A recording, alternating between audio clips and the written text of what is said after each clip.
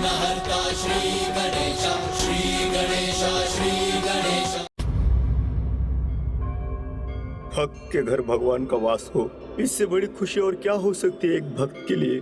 प्रभु, आपने तो सेवा का अवसर देकर मेरे जन्म को सफल कर दिया, किंतु दुख है प्रभु कि आपको केवल माड़ भाती परोस सका।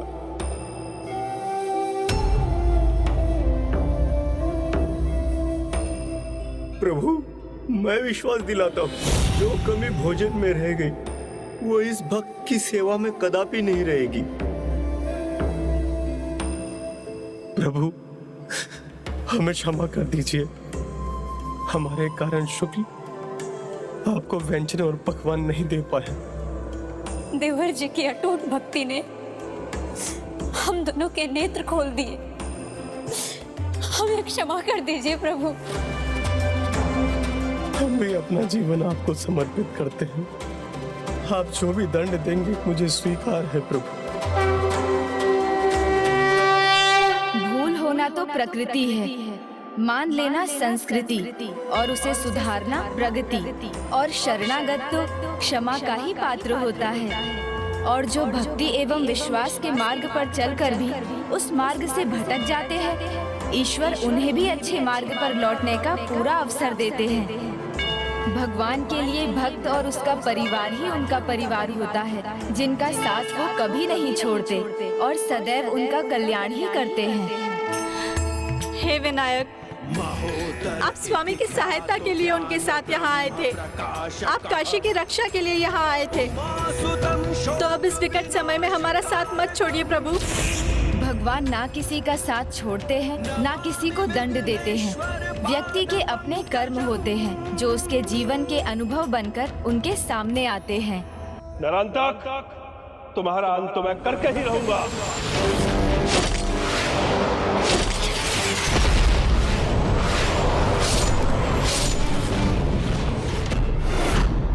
भेड़िया नारांतक शेर काशी नरेश पर भारी पड़ गया। अब जब आप अपनी भूल समझकर शुक्ल शर्मा के साथ भक्ति और अच्छाई के मार्ग पर चलने को तैयार हैं, तो दंड का तो प्रश्न ही नहीं उठता। अब तो आपका जीवन मेरे आशीर्वाद का ही भागी बनेगा। प्रभु, आज तक इस घर में मैं ही आपका भक्त था, फिर मेरी पत्नी आपकी भक्ति में लीन हुई, किंतु आज मेरे संपूर्ण परिवार को भक्ति भाव से भरकर आपने मुझे कृतार्थ किया। प्रभु, आपके इस भक्त परिवार को आपकी पूजा के साथ आपकी सेवा करने की अनुमति दीजिए।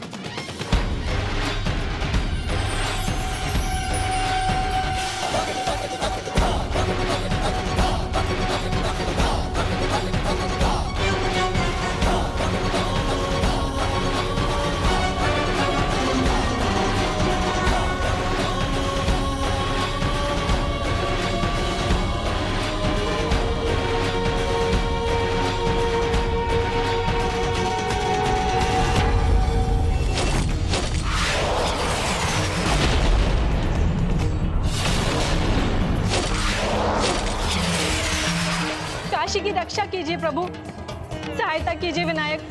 इस संकट में विनायक जी ही मेरे पति की रक्षा कर सकते हैं, मुझे उनसे प्रार्थना करनी चाहिए। नमस्ते ब्रह्म रूपाय विष्णु रूपाय ते नमः। नमस्ते रुद्र रूपाय करि रूपाय ते नमः। विश्वरूप स्वरूपाय नमस्ते ब्रह्मचारिणे भक्त प्रियाय देवाय नमस्तुभ्यं विनायक।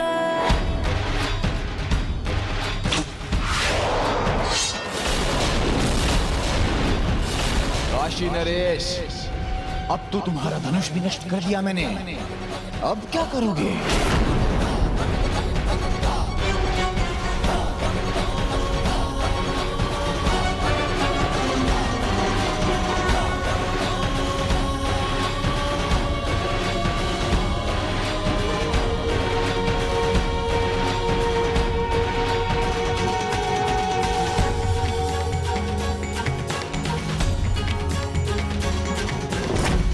तुमने मेरा धनुष नष्ट किया है, खड़ग नहीं नरांतक। तो आओ, यदि साहस है तो अपना खड़ग उठाओ और युद्ध करो मुझसे।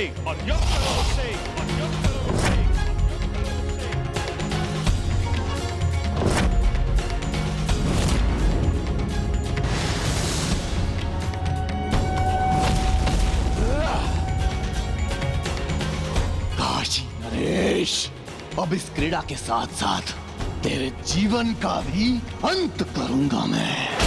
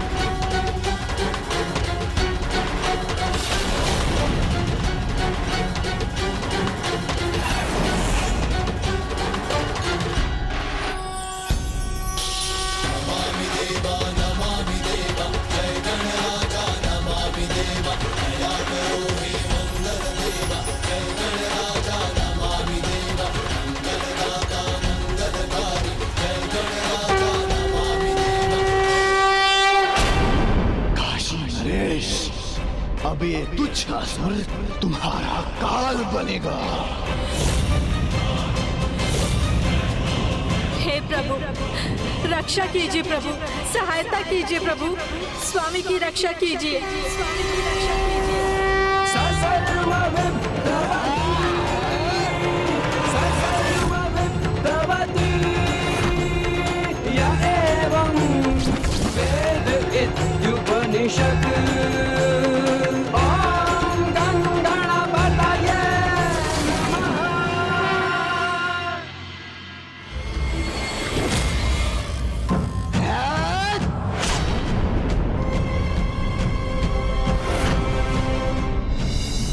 एक पल और काशी नरेश, तो तुम्हें मृत्यु के घाट उतार देता। धन्यवाद करो अपने प्रभु का कि महान देवांतक और नारांतक आज भी सूर्यास्त के पश्चात युद्ध विराम के नियम को मान्यता देते हैं। लगता है आज तुम्हारे प्रभु ने तुम्हारी रक्षा की है। ये क्या कहा इसने? भक्त शुक्ल शर्मा, अब दिन समाप्त हो रहा है, मैं विश्राम करना चाहता हूँ।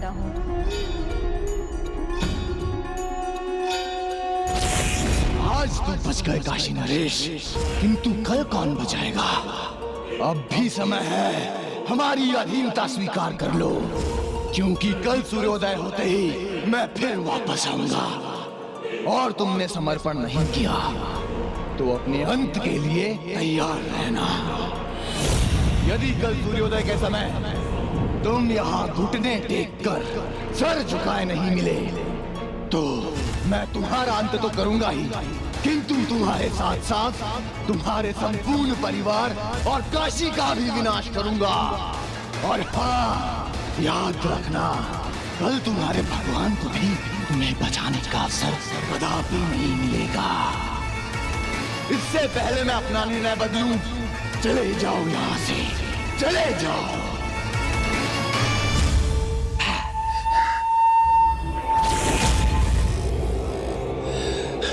सारथी, रथ भगाओ।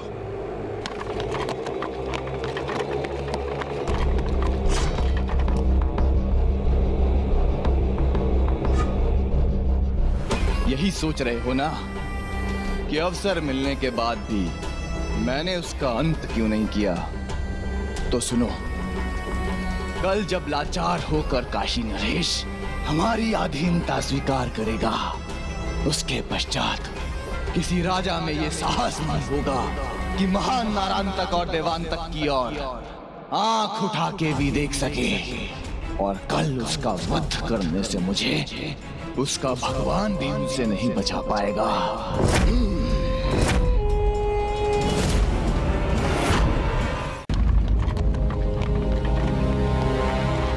लगता है आज तुम्हारे प्रभु ने तुम्हारी रक्षा की है। विनायक जी पर अविश्वास कर मैंने कोई भूल तो नहीं कर दी। प्रभु विश्राम करना चाहते हैं, किंतु इस छोटे से घर में उनके विश्राम के लिए उचित स्थान कहाँ है? क्या हुआ शुक्ल शर्मा जी, आप इस प्रकार शांत होकर क्या विचार कर रहे हैं? मेरे विश्राम की तैयारी कीजिए। प्रभु, आप यहाँ विश्राम करेंगे, ये हम सभी का सौभाग्य होगा। किंतु कहाँ है हमारा छोटा सा घर और कहाँ राजभवन का सुख ऐश्वर्य? वो तो क्या, हम तो आपके लिए उचित बिछौना भी प्रस्तुत नहीं कर सकते। ये क्या कह रहे हैं आप शुक्ल शर्मा जी? भीतर आपके संदूकों में ढेरों स्वर्ण मुद्राएं हैं और आप कह रहे हैं निर्धनता के कारण आप मुझे उचित बिछौना भी नहीं दे सकते।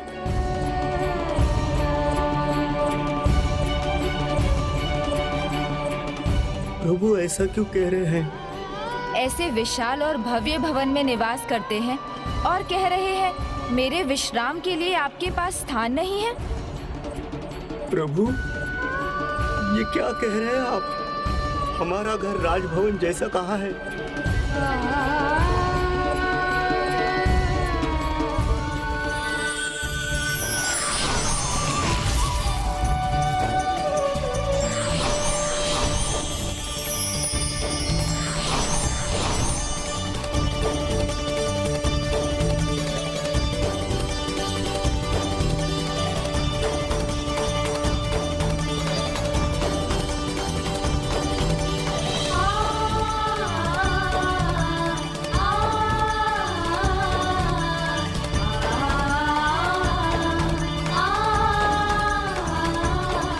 क्यों?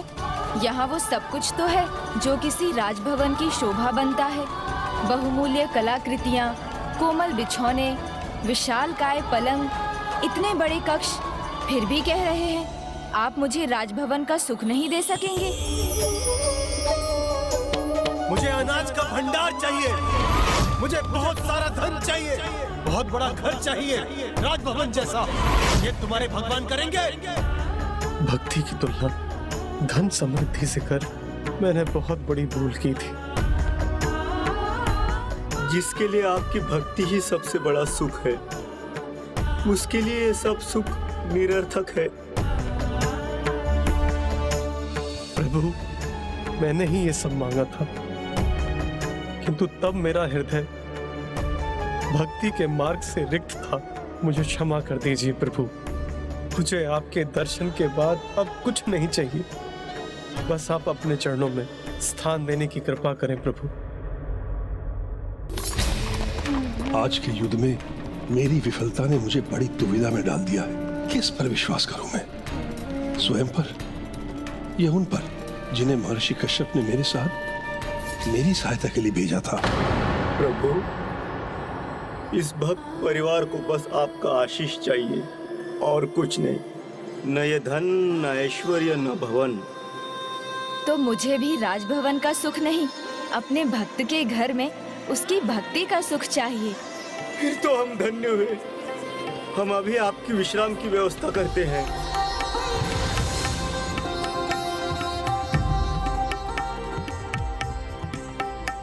प्रभु, मैं आपके लिए पुष्प लेकर आती हूँ।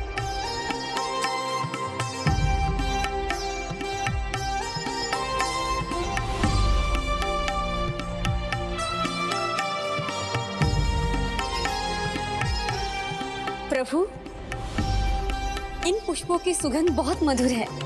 इससे आपका विश्राम और भी आनंदमय होगा। आपको अच्छी निद्रा भी आएगी। इन पुष्पों को समय समय पर बदलती रहूंगी। और मैं आपके लिए पंखा जल दूंगी। मैं आपके पांव दबा दूंगा। प्रभु, मैं भी आपके पैर दबा दूंगा। आप सभी ने प्रभु की सेवा का दायित्व लिया, तो मैं क्या करूंगा?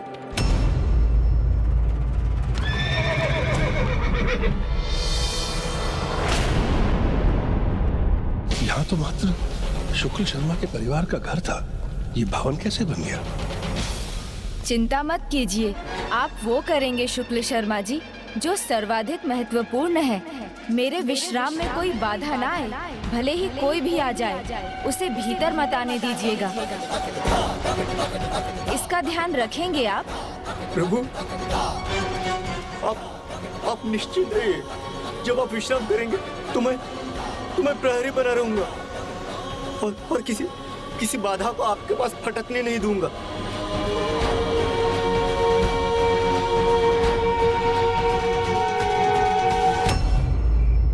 जब तक प्रभु विश्राम कर रहे हैं, मैं किसी को भी भीतर जाकर उनकी निद्रा भंग नहीं करने दूंगा।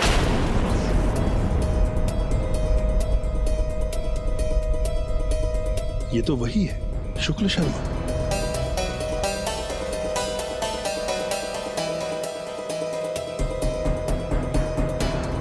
प्रणाम महाराज।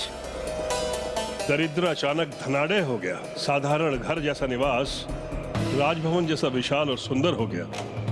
कैसे हुआ ये चमत्कार? चमत्कार नहीं, आशीर्वाद है विनायक जी का। अच्छा, तो बताओ कहाँ मिलेंगे वो? मैं भी उनसे भेंट करना चाहता हूँ। मैं भी तो सुनूं, मेरी प्रजा को अपना भक्त क्यों मना रहे हैं वो? क्षमा करें महाराज, मैं अभी आपको रोकने के लिए विवश हूँ। मैं आपको भीतर नहीं जाने दे सकता। तुम रोकोगे मुझे? भूल तो नहीं गए कि मैं कौन हूँ? राजा हूँ मैं तुम्हारा, मैं काशी नरेश हूँ। महाराज, मैं कुछ नहीं भूला। कदाचित भूल तो आप रहे हैं। आप काशी नरेश हैं, हमारे महाराज हैं। किंतु जो समस्त ब्रह्मांड के महाराज हैं, उनकी आज्ञा भंग कर एक राज्य के, एक नगर के राजा का आदेश मैं कैसे स्वीकार करूं? ओह, तो यही सत्य है। मेरे पद को छीनकर मेरी प्रजा को ही मुझसे विमुख करना चाहते हैं विनायक।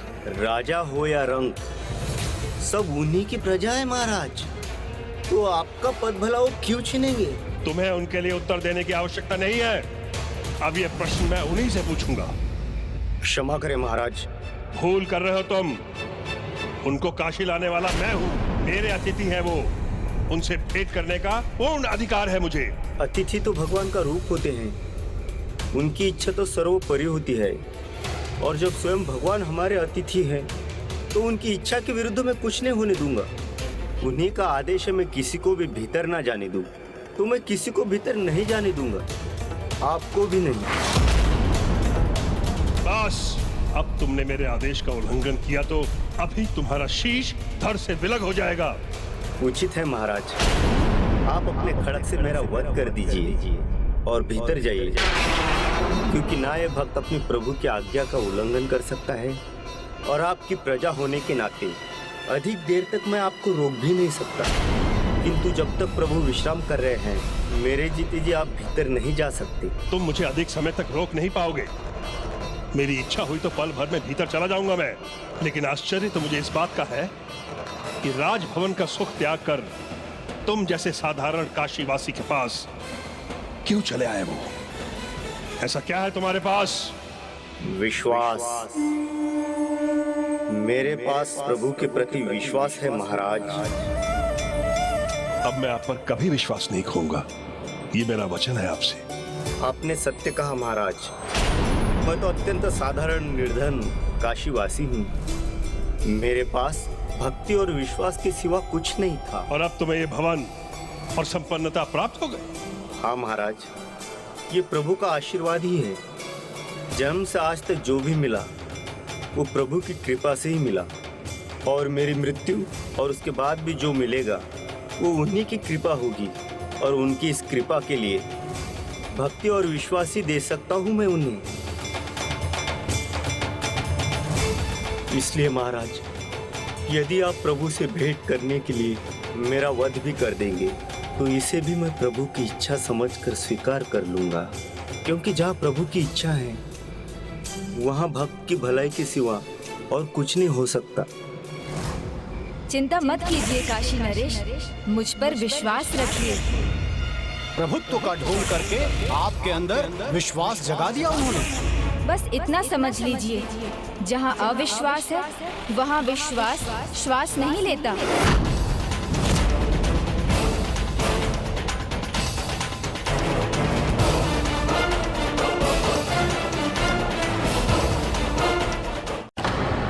ऐसा अटूट विश्वास कैसे है तुम्हें कि उनके लिए तुम अपने प्राण भी गंवाने को तैयार हो? कहीं इसलिए तो नहीं कि उन्होंने तुम्हें विशाल भवन प्रदान किया है? नहीं महाराज, चमत्कार मेरे विश्वास का आधार नहीं है, मेरी भक्ति है। चमत्कार विश्वास का आधार नहीं होता राजन, क्योंकि कोई मायावी भी चमत्कार दिखाकर लुभा सकता है। विश्वास सच्चा तभी हो सकता है जब वो श्रद्धा और भक्ति पर आधारित हो। क्योंकि ये तो परम सत्य है कि संसार में जो भी है सभी के स्रोत परम ब्रह्म है, और जो परम ब्रह्म है उन पर विश्वास करने के लिए कोई कारण ढूंढने की कोई आवश्यकता नहीं। और जो परम ब्रह्म है उन पर विश्वास करने के लिए कोई कारण ढूंढने की कोई आवश्यकता नहीं। महाराज, आशा है मैंने जो भी कहा आप समझ रहे होंगे। मैं समझ गया। समझना और मानना दो सर्वथा भिन्न बातें होती हैं, किंतु मुझे विश्वास है जो बात आपने अभी समझी है शीघ्र आप उसे मानने भी लगेंगे। मैं मान भी गया प्रभु, मैं मान गया।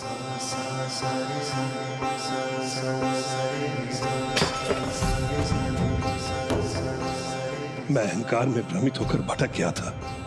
बस अब एक बार मुझे भीतर जाकर विनायक प्रभु के दर्शन कर लेने दो।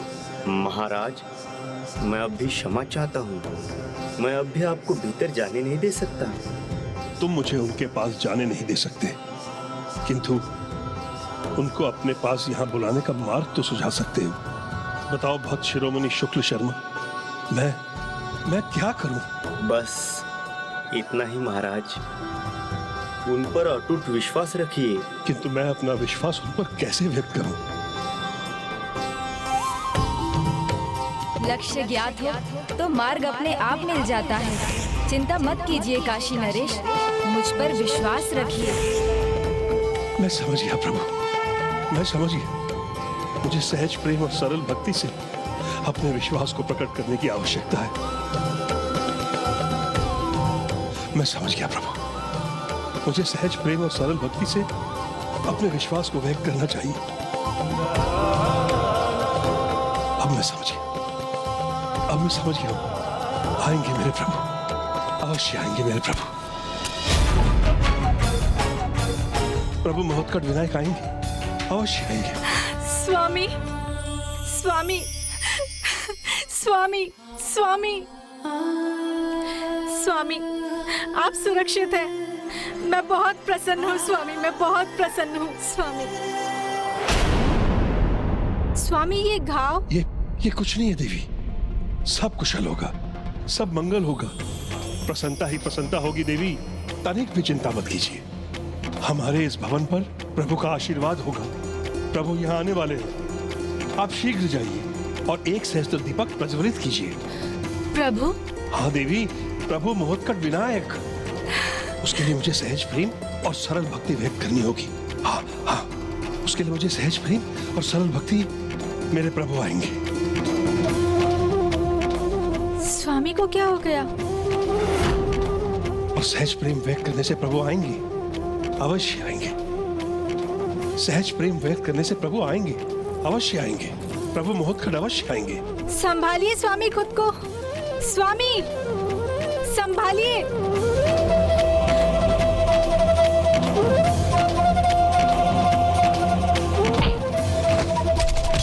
स्वामी संभालिए खुद को स्वामी।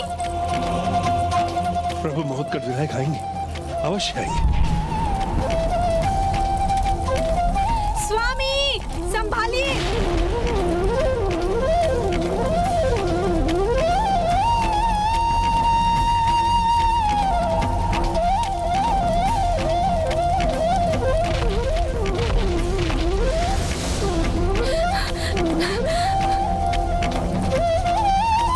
स्वामी, स्वामी,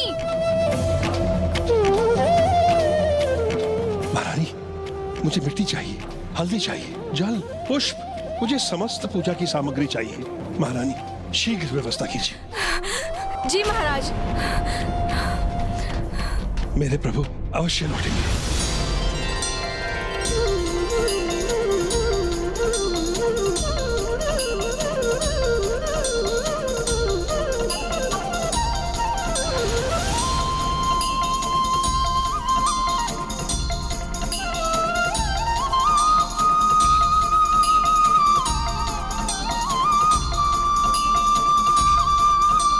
मेरे प्रभु लौटाएंगे। मेरे विनायक, मैं अपने विश्वास को श्रद्धा और भक्ति से व्यक्त करूंगा। मेरे प्रभु अवश्य लौटाएंगे।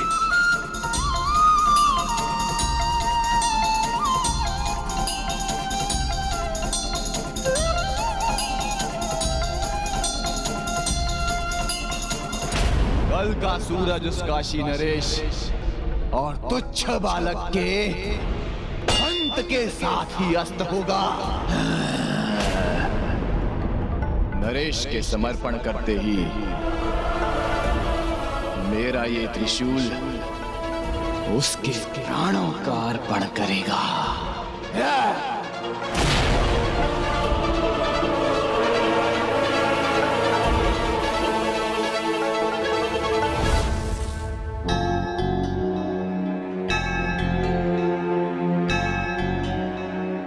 प्रभु, तुझको तेरा अर्पण, सब कुछ है तुझको समर्पण। प्रभु, मुझे क्षमा कर दीजिए, क्षमा कर दीजिए। मेरे अहंकार ने मेरी मति भ्रष्ट कर दी थी, जो आप पर संदेह कर बैठा। अब जब तक आप स्वयं यहां नहीं आएंगे, तब तक आपका ये भक्त इसी प्रकार आपके सामने बैठकर पूजा में लगा रहेगा। फिर चाहे वो दुष्ट बवंडर बनकर क्यों ना आ जाए, चाहे मुझे नष्ट क्यों ना कर दे, मेरे विश्वास की आस है प्रभु। मेरे विनायक, मेरे प्रभु अवश्य आएंगे।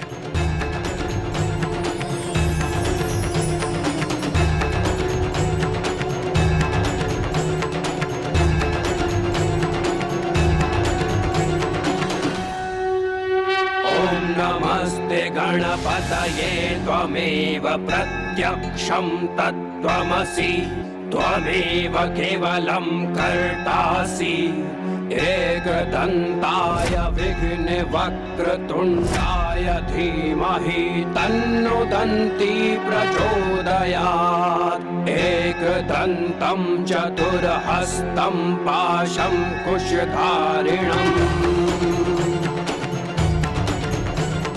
रदं च वरदं हस्ते बिभ्राणं भूषध्वजम् रक्तं लंबोदरं शूर्पकर्णकं रक्तवाससं रक्तगन्धानुलिप्ताङ्गं रक्तपुष्पैः सुपूजितम् भक्तानुकम्पिनं देवं जगत्कारणमच्युतम् आविर्भूतं च सृष्ट्यादा प्रकृते पुरुषात् परम् एवं ध्यायति यो नित्यं स योगी योगिनां वरः। ये कैसी ध्वनि है जिसने मेरी निद्रा को भंग किया?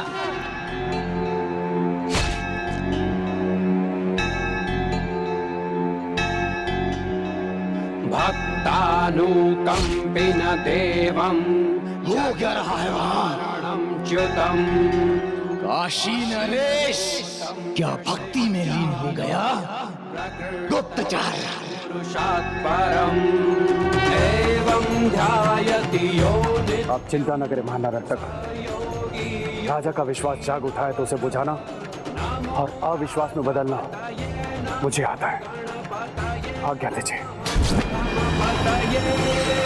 नमस्तेस्तु लंबोदराय एकदन्ताय विघ्ननाशिने शिवसुताय श्रीवरदमूर्तये नमो नमः।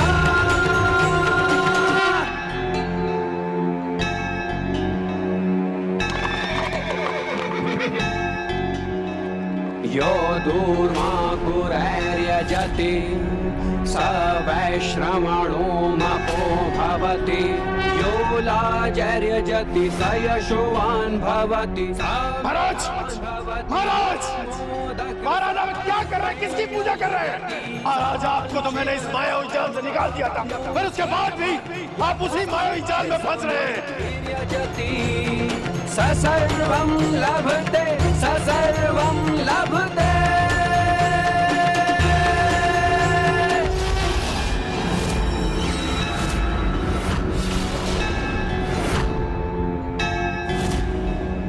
अष्टौ ब्राह्मणान् सम्यग्राह। काशी नरेश, अब तुम्हारे अंत में केवल कुछ ही पल शेष हैं। सूर्य ग्रहे महानंद राजा, तुम्हारी मृत्यु मेरे ही हाथों लिखी है। भवति महाविघ्न प्रमुच्यते महादोषात् प्रमुच्यते महापापात् प्रमुच्यते स सर्वविद्भवति स सर्वविद्। स्वामी, अपनी रक्षा कीजिए। रक्षा तो प्रभु करेंगे। यदि मैं उनकी कृपा दृष्टि के योग्य हूँ तो वो ही मेरे जीवन की डोर संभालेंगे।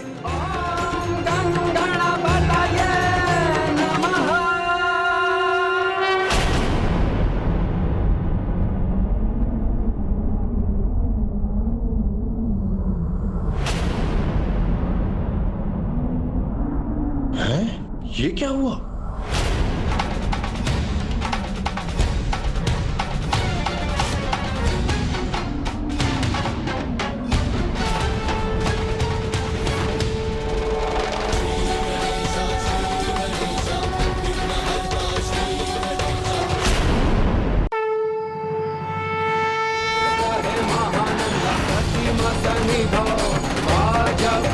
महाराज आप क्या कर रहे हैं? किसकी पूजा कर रहे हैं?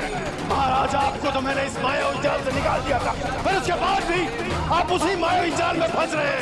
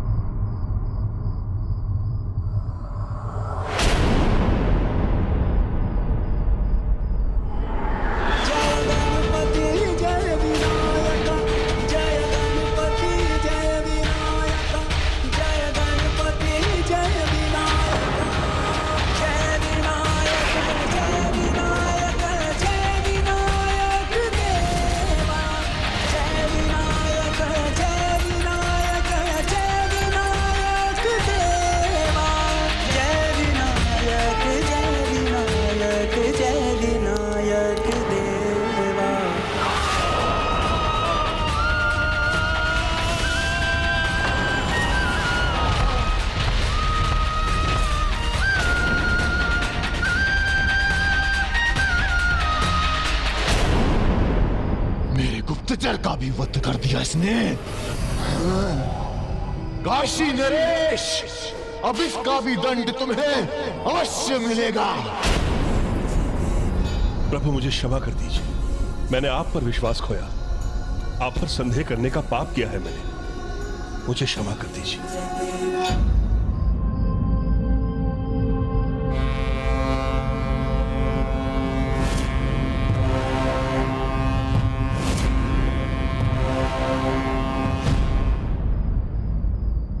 प्रभु विनायक ही हमारे नायक हैं। आपकी कृपा के लिए संपूर्ण काशी ललायत है। दया करें प्रभु, दया करें। प्रणम्यं शिरसा देव गौरीपुत्रं विनायकं भक्तावासं स्मर नित्यं आयुर्कामार्थसिद्धये। प्रथमं वक्रतुण्डं च एकदन्तं द्वितीयकं तृतीयं कृष्णं पिङ्गाक्षं गजवक्त्रं चतुर्थकं लम्बोदरं पञ्चमं च षष्ठं विकटमेव च सप्तमं विघ्नराजेन्द्रं धूम्रवर्ण तथाष्टकं नवमं भालचन्द्रं च दशमं विनायकम् एकादशं गणपतिं प्रभु, मुझे इस दुष्ट नारांतक रूपी संकट से निपटने की शक्ति प्रदान कीजिए।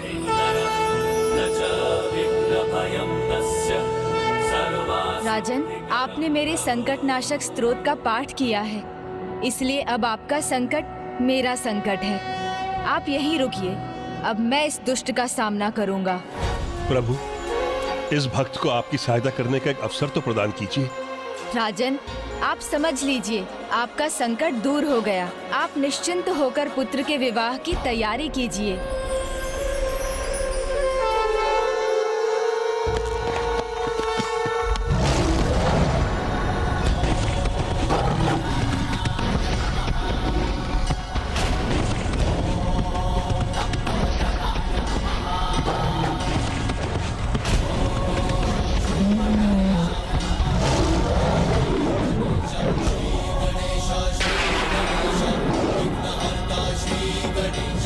अंततः तुम मेरे सामने आ ही गए बालक। अपना अंत नहीं चाहते हो तो लौट जाओ नरांतक। तुम्हारे जैसे दुष्ट पापी को पवित्र काशी नगरी में पांव रखने का भी अधिकार नहीं। तुच्छ बालक, कौन रोकेगा मुझे? तुम ऐसी भूल कदापि नहीं करना तुच्छ बालक, अन्यथा तुम्हें स्वयं को क्षमा करने का अवसर भी नहीं मिलेगा। और रही बात मुझे रोकने की, तो तुम्हारा ये भ्रम मेरे सैनिक ही तोड़ देंगे।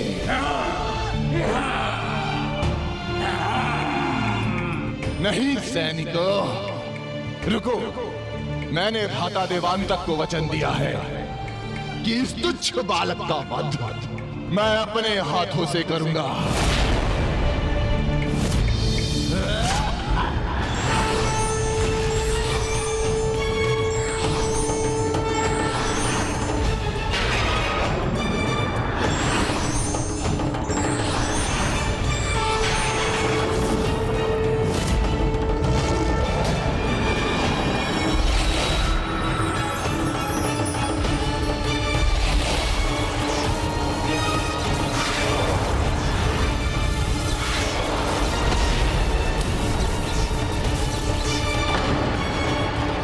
देखो पुत्र, मेरा हृदय बैठा जा रहा है। अनिष्ट की आशंका हो रही है। कहीं ऐसा ना हो कि हम अपने पुत्र नारायणतक को फिर से ना देख सके। पुत्र, एक भूल तो वो कर चुका है। दिव्य बालक विनायक द्वारा रक्षित पवित्र नगरी काशी पर आक्रमण करने की भूल। असाधारण पुत्रों के पिता के मुख से ये बातें शोभा नहीं देती। नारायणतक त्रिदेवों का भी सामना कर सकता है। आप निश्चित हो जाइए, वो वहां से अवश्य विजय होकर लौटेगा।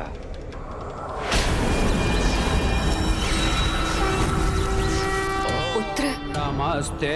न देवताओं से न किसी योद्धा से इस बार उसका सामना महान और दिव्य ऋषि पुत्र विनायक से है। तो क्या हुआ माँ? नारायणतक का तपोबल पर्याप्त है उसके लिए। वो बालक कितना भी प्रयास कर ले, किंतु नारायणतक की शक्ति को नहीं भेद सकेगा। वो ना ही उसका स्पर्श कर सकेगा।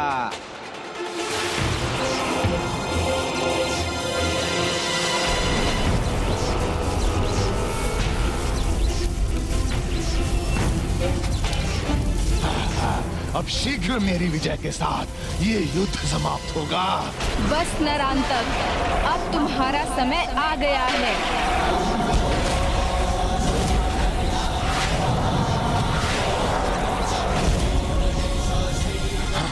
ये क्या? ये तो अपनी शक्ति से निशक्ति को बांध रहा है।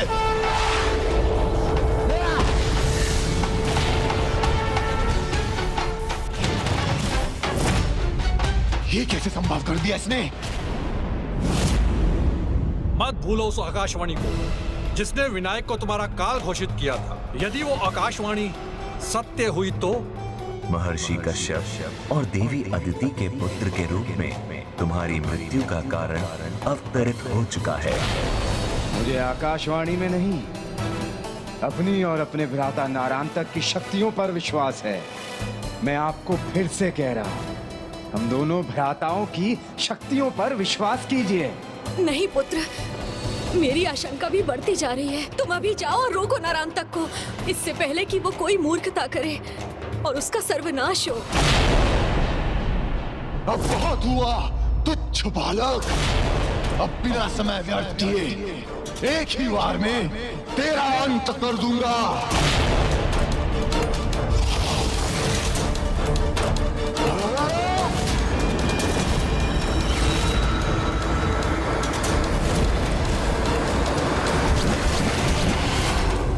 एक ही बार में इस युद्ध का अंत चाहते थे ना नारायणतक, तो लो अब मैं इस युद्ध का अंत करता हूँ।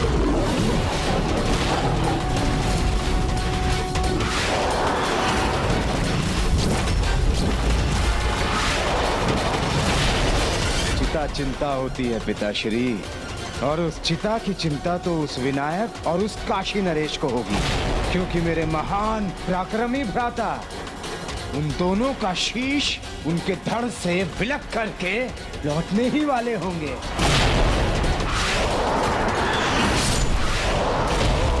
नमस्ते गणपतये त्वमेव प्रत्यक्षं तत्त्वमसि त्वमेव केवलं कर्तासि त्वमेव केवलं कर्तासि।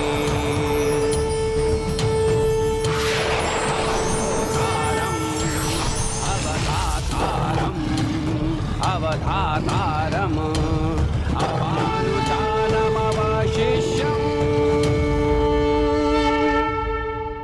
पुत्र,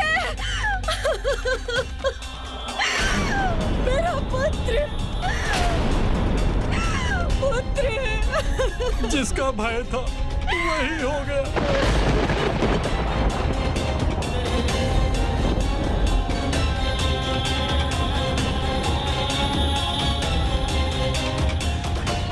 जो कुछ भी कहा ठीक उसके विपरीत हुआ है सब।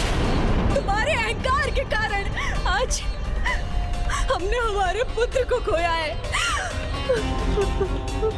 ना तुम विनायक के विरुद्ध जाते और ना हमें ये दिन देखना पड़ता। तुम्हारा हट, तुम्हारी मूर्खता कारण बने हैं मेरे पुत्र के अंत के। तुमने अपने भ्राता को ही काल के मुख में ढकेल दिया है। एक माँ से उसका पुत्र छीन लिया है तुमने, छीन लिया है उसका पुत्र।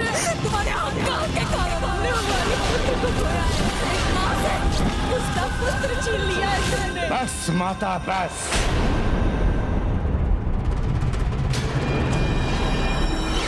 पुत्र, अपने भ्राता का कुछ तो सम्मान करो, उसका अंतिम संस्कार तो होने दो पुत्र।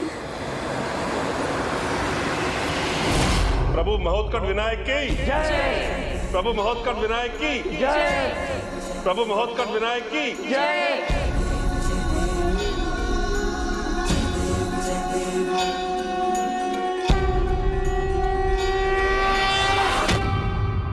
क्या हुआ महारानी, अब आप क्यों चिंतित हैं?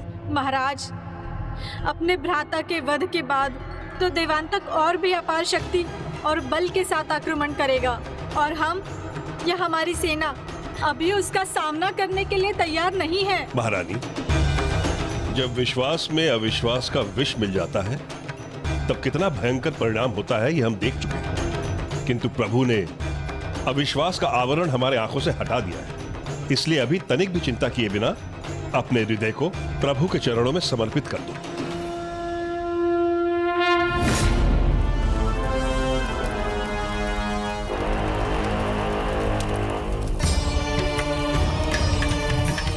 अब केवल दो ही नाम गूंजेंगे, नारायणतक और देवांतक।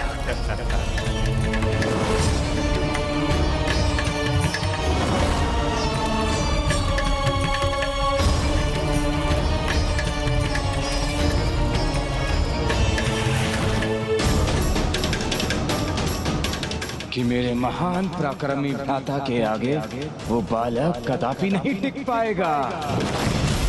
जाके अंत कीजिए उस काशी नरेश और उसके साथ साथ उसके रक्षक बालक का।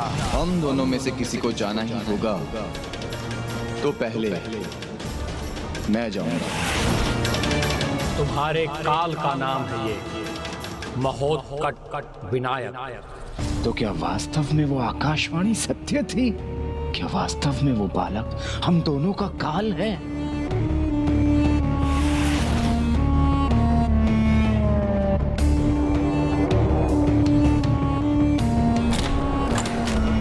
कौन है?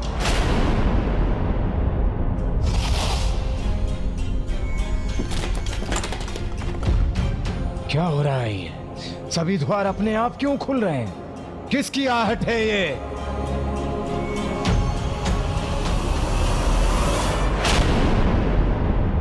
ओम नमस्ते गणपतये त्वमेव प्रत्यक्षं तत्त्वमसि त्वमेव केवलं कर्तासि त्वमेव केवलं धर्तासि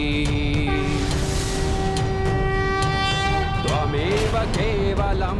क्या हुआ देवांतक? पहचाना नहीं तुमने? मैं ही हूँ परम ब्रह्म। मैं वो हूँ जिसने तुम्हारे भ्राता का वध किया। मैंने कहा था उससे लौट जाओ, अपने पापों का प्रायश्चित करो, किंतु उसने मेरी एक ना सुनी। अब मैं स्वयं तुम्हें सावधान करने आया हूँ।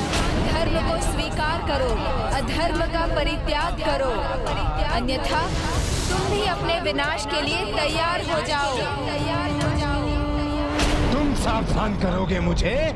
सावधान होने का समय तुम्हारा है। भयभीत नहीं हुआ हूं मैं। यदि तुम सब मिलकर भी मेरे सम्मुख आओगे तब भी देवांतक तुम्हारा सामना करने के लिए तैयार है।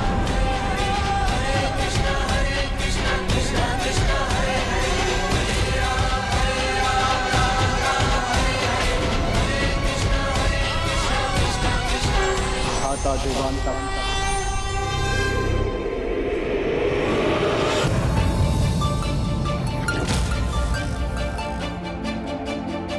भ्राता, मेरे भ्राता नारायणतक।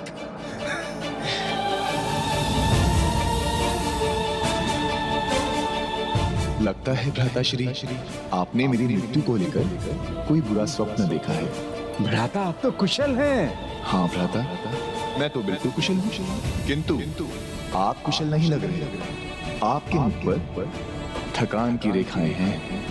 एक काम करो, स्नान करो, मन अवश्य बदल जाएगा। आओ मैं आपकी सहायता करता हूँ।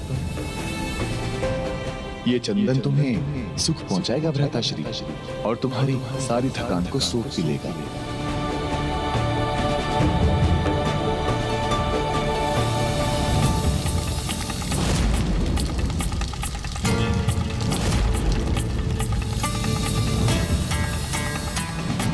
भ्राता देवांतक, बहुत लंबे समय से सिंहासन पर आसीन हो, अब थोड़ा विश्राम कर लेना चाहिए। उचित कह रहे हो भ्राता, विश्राम तो चाहिए मुझे। कई दिनों से विनायक को लेकर मन में अनेक विचार आ रहे हैं और उन विचारों को शांत करना आवश्यक है। भ्राताश्री, किंतु अब सभी समस्याओं से मुक्त होने का समय आ गया है। जाइए, आपका बिछौना तैयार है, विश्राम कर लीजिए।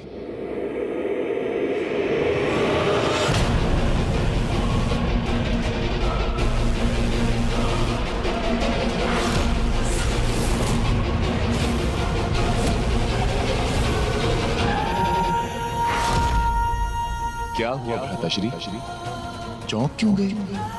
मृत्यु के बाद चिता ही तो शैया बनती है। यही तो वो स्थान है जहां अंतिम विश्राम मिलता है। मुझे तो मिल गया। आओ आओ, अब तुम भी आ जाओ।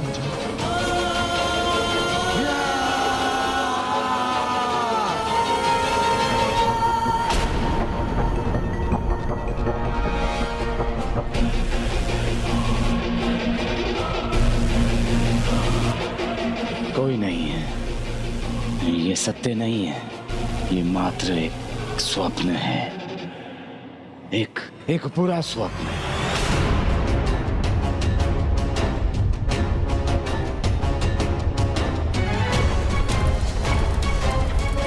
मृत्यु के बाद चिता ही तो शैया बनती है। यही तो वो स्थान है जहां अंतिम विश्राम मिलता है। नहीं भ्राता, विश्राम नहीं करूंगा मैं, उन दोनों को कराऊंगा। जब तक अपना प्रतिशोध पूरा नहीं कर लेता रुकने वाला नहीं हूं मैं। आपकी चिता बुझने से पूर्व उन दोनों को चिता की अग्नि में जलने पर विवश कर दूंगा मैं। सावधान विनायक! विनायक!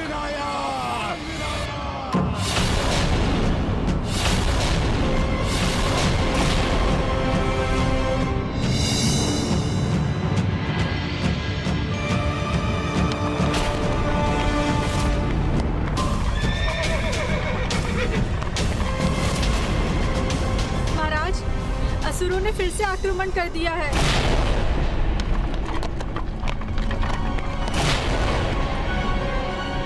ये युद्ध के अंत का नाद है। प्रभु, वो दुष्ट विशाल आसुरी सेना के साथ आया है। कृपया आप मुझे और मेरी सेना को अपने साथ जाने की अनुमति दीजिए। विनायक, आज तुम्हारे और काशी नरेश के साथ काशी को भी भस्म कर दूंगा मैं। जब आप अपने भक्त को अकेला नहीं छोड़ सकते, तब एक भक्त आपको अकेला कैसे छोड़ सकता है? आप उचित कह रहे हैं राजन, किंतु मैं अकेला कहाँ हूँ। मेरी माता का आशीर्वाद मेरे साथ है, जो मेरे उद्देश्य के संपन्न होते ही मेरे लौटने की प्रतीक्षा कर रही हैं।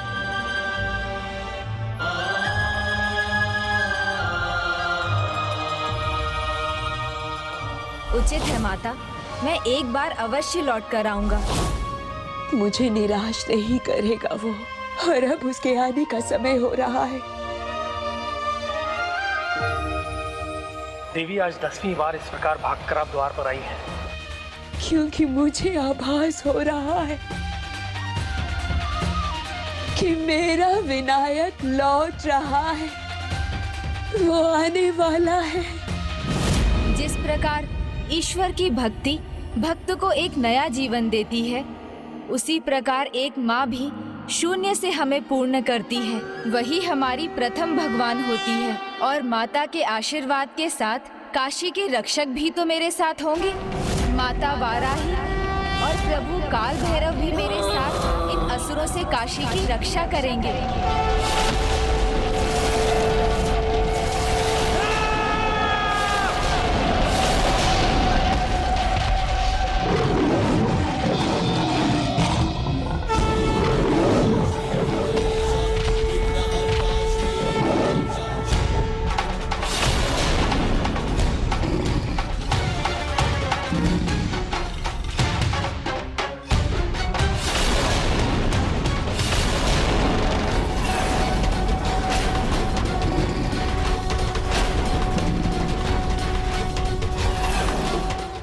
विनाश काले विपरीत बुद्धि। अपने भाई के समान चेतावनी मिलने पर भी तुम वही कर रहे हो जो अनुचित है, जो तुम्हें तुम्हारे सर्वनाश की ओर ले जाएगा। देवांतक नाश और सर्वनाश की चिंता नहीं करता, वो कायरों का कार्य होता है। और मैं शब्दों से नहीं, शब्द भेदी बाण से तुम्हें छल्ली कर दूंगा। तुम्हारा काशी नरेश तो कदाचित मेरी सेना देखकर भयभीत हो गया। देखो, उनके सैनिक तो मन ही मन पराजय भी स्वीकार कर चुके हैं। मूर्ख हो तुम, और तुम्हारी मूर्खता भरा अहंकार तुम्हें भ्रमित कर रहा है। जो सत्य है वो जानते हो तुम, किंतु मानते नहीं। तुम जानते हो तुम्हारा अंत मेरे जीवन का उद्देश्य है, इसलिए ये मेरा युद्ध है जिसके लिए मैं प्रस्तुत हूँ। मूर्ख असुर, विनायक को अकेला समझने की भूल मत करना। अहंकारी असुर, जिस प्रकार विष की एक ही बूंद कलश के संपूर्ण जल को विषाक्त कर देती है, उसी प्रकार तुम्हारे अहंकार ने अति विश्वास का विष तुम्हारे भीतर भर दिया है। इसलिए तुम्हें तुम्हारी सेना की दुर्बलता नहीं दिखाई दे रही है, किंतु तुम्हारा अहंकार भरा अति विश्वास अभी मिट जाएगा।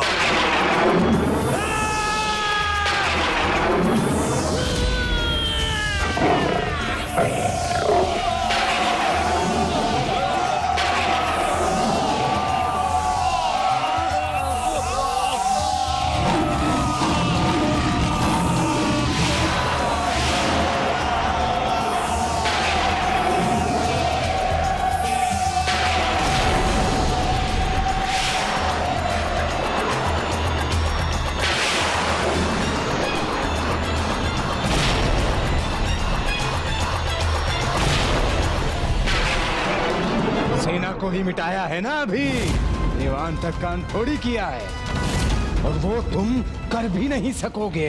रुकिए माता वाराही, रुकिए प्रभु काल भैरव। ये युद्ध तो मेरी नियति है, इसलिए मुझे अकेले ही इसका अंत करने की अनुमति दीजिए।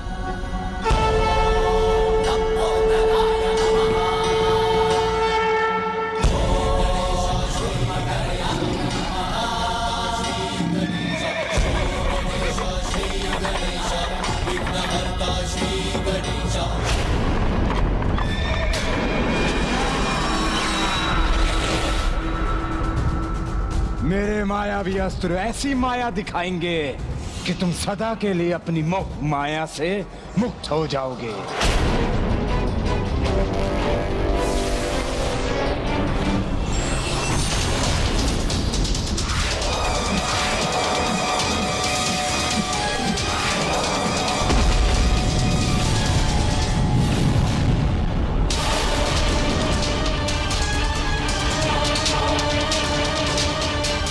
देवांतक, अभी भी समय है। जिस प्रकार तुम्हारा ये मायावी अस्त्र कोई भी माया नहीं कर पाया, विफल हो गया, उसी प्रकार तुम्हारा विश्वास और अहंकार भी मिटने वाला है, क्योंकि सदा से यही होता आया है, बुराई पर अच्छाई की विजय।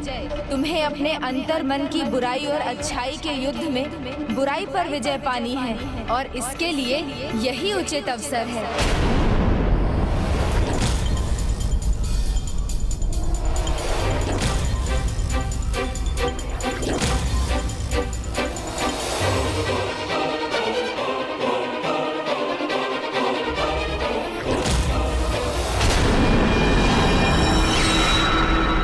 बालक, उपदेश नहीं, युद्ध करने आया हूँ। साहस है तो मुझसे युद्ध करो। नायक, तुमसे प्रतिशोध लेना है मुझे, अपने भ्राता नारायणतक के वध का प्रतिशोध। जो बार बार उचित सुझाव को नकार दे, जो बुराई और अच्छाई का भेद ज्ञात होने पर भी बुराई के मार्ग पर ही चले, जो अपनी मृत्यु सामने देखकर भी उसके मुख में प्रवेश करने को आतुर हो, वो तो बस दया का पात्र बन सकता है।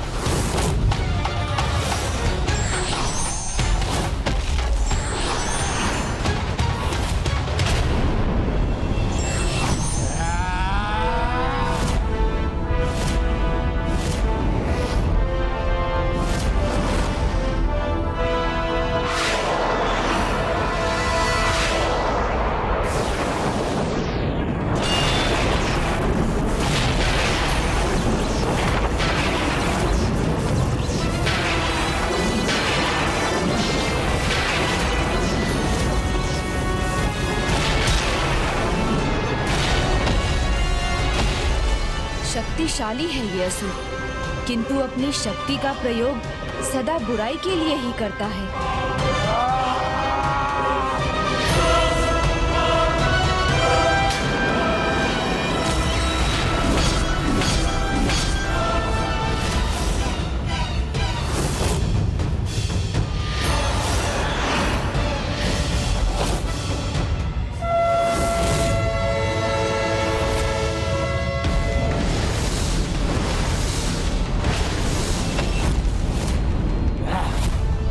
तुम्हारे अंत के साथ इस युद्ध का अंत होगा बालक विनायक।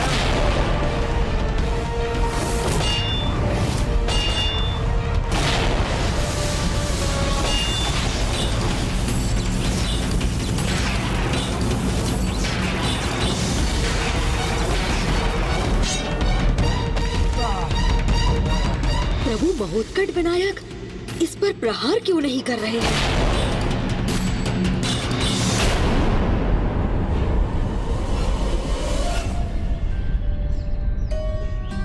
पुत्र, अब तो मेरा धीरज चुक रहा है।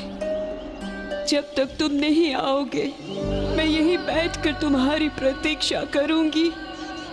मेरी दृष्टि तुम्हारे मार्ग पर टिकी रहेगी। मैं केवल इतना चाहती हूँ कि जब तुम्हारे अवतार का प्रयोजन पूर्ण हो जाए, बस एक बार अपनी माता से भेंट करने अवश्य आना पुत्र। माता मेरी प्रतीक्षा कर रही होंगी। मुझे शीघ्र अतिशीघ्र इस युद्ध को समाप्त कर उनके पास पहुंचना चाहिए।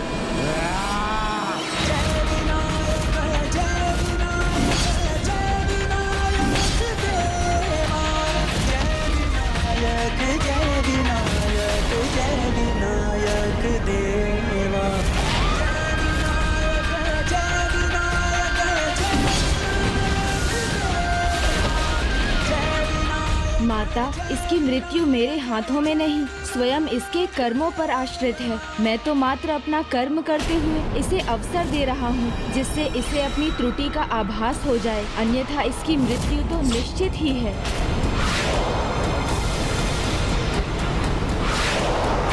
माता, माता, क्या हुआ पुत्र? तुम ठीक तो हो?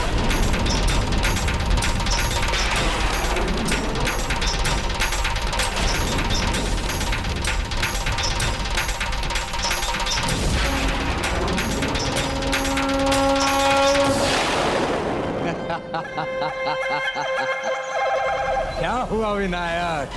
अपना दंत गवा बैठे? अब क्या करोगे? मेरे पास तो अनेकों गदाएं हैं, किंतु तुम अपना दूसरा दंत कहां से लाओगे?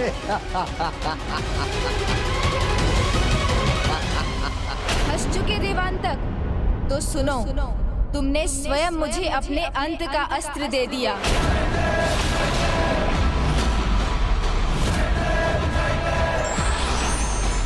अच्छा, तो तुम्हारे दूसरे दंत से भी एक और अस्त्र बना देता हूँ।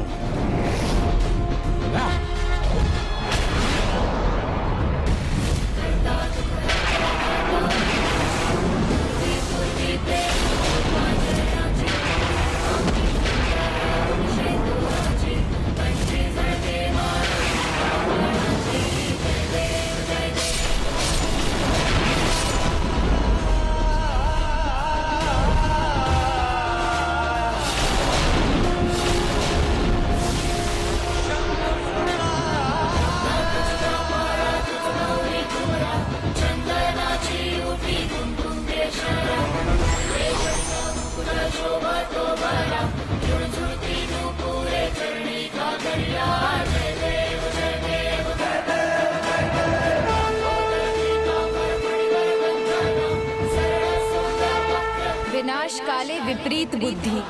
मैंने कहा था ना, तुम भूल कर रहे हो, किंतु ये तुम्हारे जीवन की अंतिम भूल है।